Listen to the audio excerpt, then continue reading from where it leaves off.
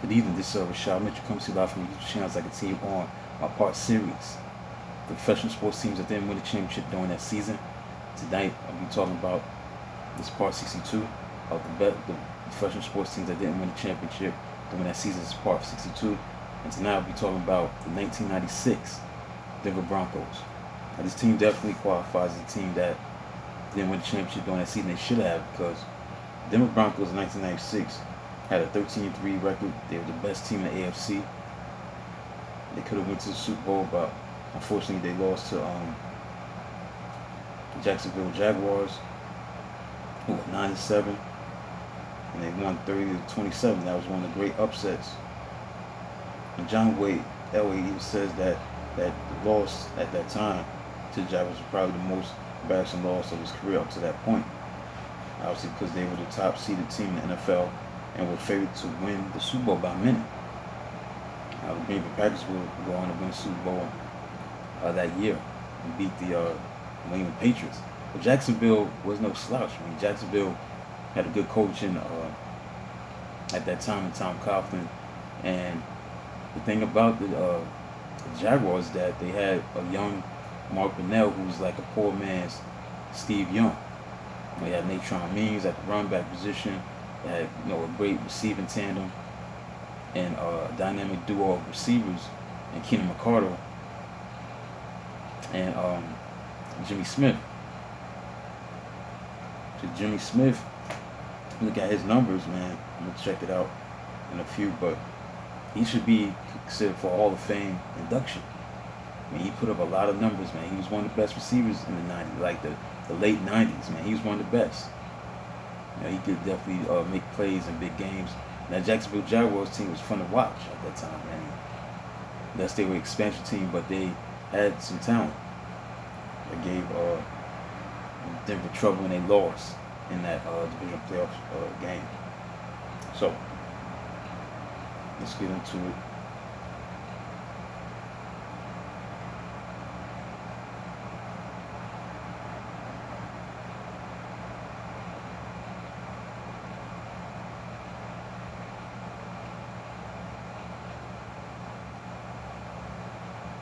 Now, look at this team. This team was definitely loaded in terms of the Pro Bowls that was on this team. They had John Elway in the Pro Bowl, Terrell Davis, Shannon Sharp, Gary Zimmerman, Alfred Williams, Michael Perry, Bill Romanowski, Steve Atwater, Tyrone Braxton.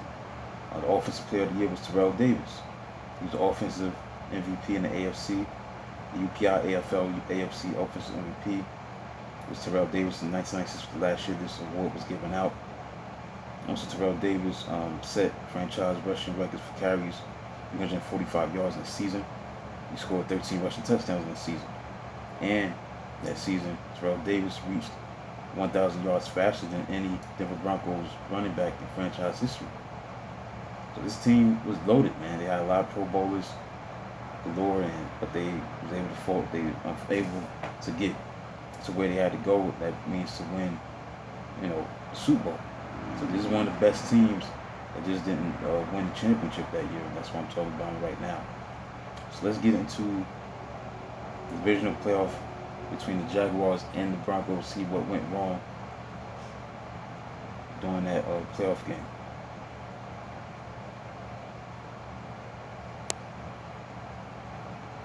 Now, Denver Broncos lost 30-27.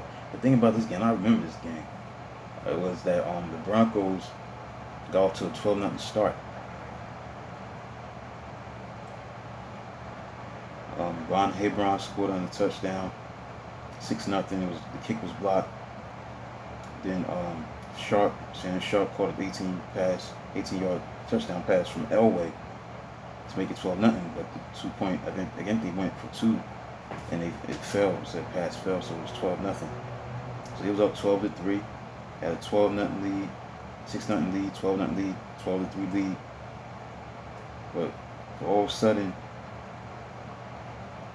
here comes the Jaguars. The Jaguars just did their thing, and they was able to just take over the game. The rest of the way, they had a lead, and the Denver Broncos had to play catch up. And when you're the number one seed in the AFC, you got so many high expectations to get to the Super Bowl. you kind of get tight a little bit. Now, this game was very close. It's just that they could not stop,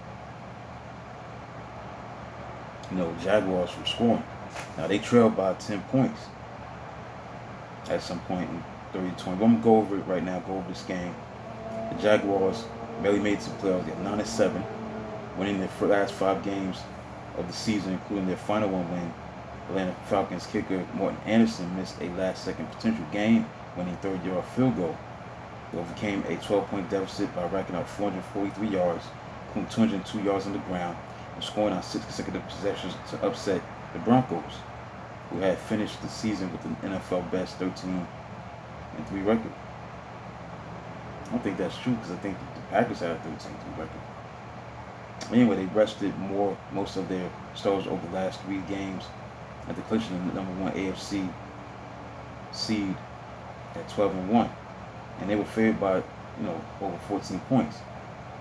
This loss meant that for the second consecutive year, the AFC's top team was eliminated in the divisional round. Now, the Denver Broncos dominated the first quarter. They scored 2 touchdowns while preventing the Jaguars from gaining a single first down.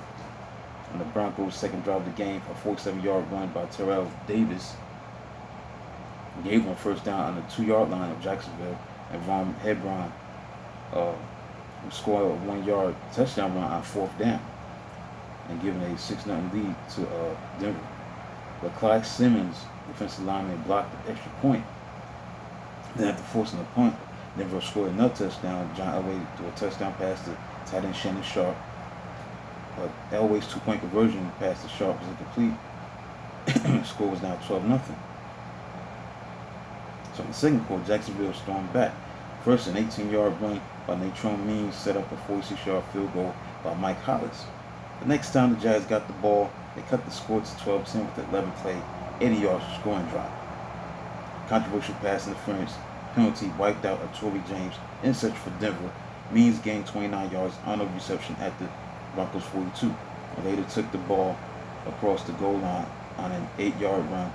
Following the Denver punt, Jacksonville got the ball back with 57 seconds left. Mark Brunell then completed a 43-yard pass to receiver Jimmy Smith to set up Hollis' 42-yard field goal, giving the team a 13-12 halftime lead. But in the third quarter, Denver was limited to 14 plays for 37 yards. Meanwhile, Brunell connected on a 31-yard touchdown pass to wide receiver Keenan McCarty. Hollis later kicked a 22-yard field goal at the end of an 88-yard drive that was on 12 plays and included James Stewart's 25-yard reception and 12 men on a field penalty against the Broncos that gave Jacksonville a field first down as they were getting ready to punt. This scored the 5th consecutive scoring possession against the 4th-ranked defense in the NFL, gave the Jaguars a 23-12 lead, so the Jaguars are taking over this game with 11 minutes left in the game. But on Denver's next series, Hebron's 38-yard kickoff return fired up a 57-yard drive that ended on a Davis 2-yard touchdown run, then a successful 2-point conversion run cut the lead to 23-20. But the Jacksonville Jaguars responded again. They responded again when Mark Brunell ran for 29 yards to the Denver 21-yard line, in which he covered both sidelines, broke 1 tackle. He eluded 3 other defenders.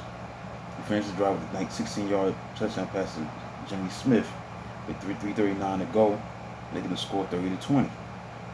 The Broncos went 80 yards on 6 plays, and John Elway threw a 14-yard touchdown pass to Ed McCaffrey, wide receiver, with 150 to go. So they would, cut the lead to 30-27, but they had no timeouts left. And Jason Elam's onside kick attempt was recovered by the Jaguars, and the Jaguars won 30-27. Now, Mark Brunell stood out. He had the best postseason performance of his career. One of the guys that stood out, he threw for 245 yards, 2 interceptions without an interception. He rushed for 44 yards, so he played flawless. 245 yards, 2 touchdown passes, no interceptions. Natrone Means had 140 yards in the touchdown. He caught 4 passes for 46 yards. Terrell Davis had 91 yards rushing in the touchdown. 7 passes was caught for 24 yards. It was the only playoff game of his career in which he didn't rush for 100 yards.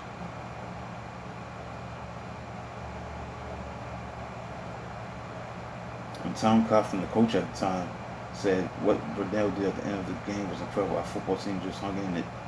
And that touchdown to Jimmy Smith in that situation was huge. I told the players at the game of the week I believe we could win. They didn't know how it would come down. I didn't give them that script. And this game was known as the ambush at Mile High, according to NFL's greatest games. And Brett Cashin, the game's referee, retired after this game, capping off a 25-year career in the NFL that saw him referee two Super Bowls, 20 and Super Bowl 30. But I want to look at Jimmy Smith numbers, man, because he's a Hall of Famer. And look at his credentials. That's when he became truly a great, big-time, receiver, but underrated. Played with the Cowboys for a couple of years, 92 and 93. He went to the Eagles, but he was on the off-season practice squad member only. He's part of that, the off-season practice squad member only. But his time at the Jaguar from 1995 to 2005, he's one of the best. Because he won 2 Super Bowls, but he didn't make that much contribution for the Cowboys. He's a 5-time Pro Bowler, 2-time second-team All-Pro. He led the league in receptions, 1999. He had 862 receptions for 12,287 yards, 67 touchdowns. That could be Hall of Fame worthy. But probably not going to get in. So that's the story on the 13-3 Denver Broncos from 1996, a team that could have won the championship but didn't. So that concludes part 62 of the professional sports teams that didn't win the championship during that season. The 1996 Denver Broncos. Please subscribe to the channel, like, comment, do whatever you can to support the channel. This is Rashad Mitchell. Until then, talk to you tomorrow.